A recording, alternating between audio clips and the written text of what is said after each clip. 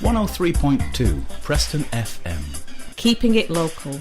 So we're talking to Howling Bells, who I've got a brand new album out, which we'll talk about in a minute. We've got Juanita on the line. Now, Juanita, for the benefit of people that maybe haven't come across the band before, can you tell us who the other band members are and what sort of music it is you do? Sure. We're a four-piece hailing from Sydney, Australia. And there's me, who sings and plays guitar, and my brother Joel, who plays lead guitar and sings also. And then we have Glenn Mole on drums and Brendan Picchio on bass. Brilliant. Okay, now you say you're from Sydney. Now, you're based in London. Most English people would actually like to go and live in Australia, yet you've actually come to England. What's the story behind that? I've come to notice a pattern with this band. We tend to do the opposite of what everyone thinks is the norm. So moving to London from Sydney being one of them. So how do you find the music scene in England compared to Australia? Comparatively, they're both quite healthy music scenes, but obviously there's, far more people in London, so inevitably the flow and the outpouring of different kinds of music is more varied, and that's what drew us here in the first place. There's so many different kinds of genres and voices and subject matters, and that I find that quite inspiring. Right. So do you think you're able to achieve different things being based in England than if you'd stayed in Australia?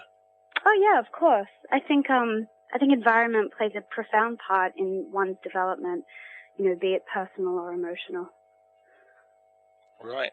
Now, you're from Australia, you're based in England, but you've recorded your latest album in the middle of the desert in America, haven't you? You see what I'm saying about opposite? Absolutely. Tell us how that came about.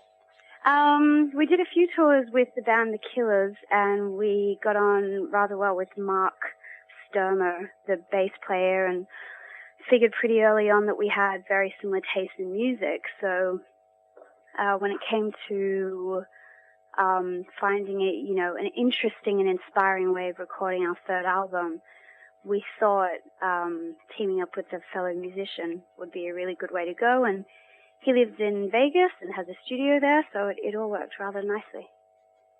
Brilliant. So what was it like being sort of stuck in the middle? I mean, we tend to think of Las Vegas in the middle of the desert. Obviously, there's lots of things going on there. Were you working all the time? Were you going out checking out the bright lights as well?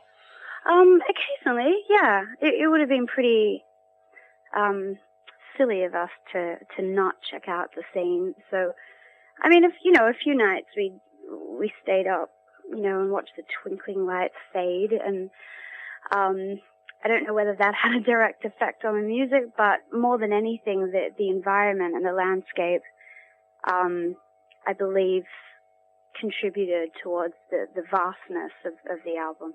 Right. Okay. Now the band name Howling Bells, that's quite unusual. Is there a story attached to that?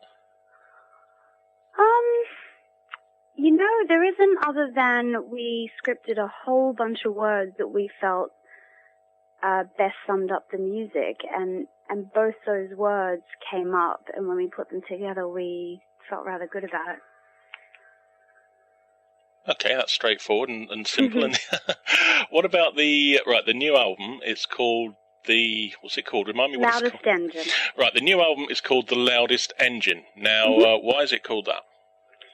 A lot of the songs were written on a big tour bus we were traveling on for a while across America when we toured with Coldplay, and we had a lot of really interesting and inspiring experiences, and a lot of the songs were written literally on the tour bus, and one of them in particular, the title track, Loudest Engine, is about the tour bus itself and the life you lead on the beast. Mm-hmm. Brilliant. Now, if people want to find out more about the band and what you're doing, is there a website they can look at? Yeah, they can go to howlingbellsmusic.com or facebook.com/howlingbells. Right, brilliant. Now, we're going to play your new single at the moment. This is called Into the Sky. Now, what's this all about? This was one of the earlier tracks written for the album, which I wrote about a loved one constantly traveling and disappearing into the sky, literally. So it's about that balance of trying to keep your head above water when, you're on the road and you're traveling and you're constantly missing someone who's either going away or you're going away.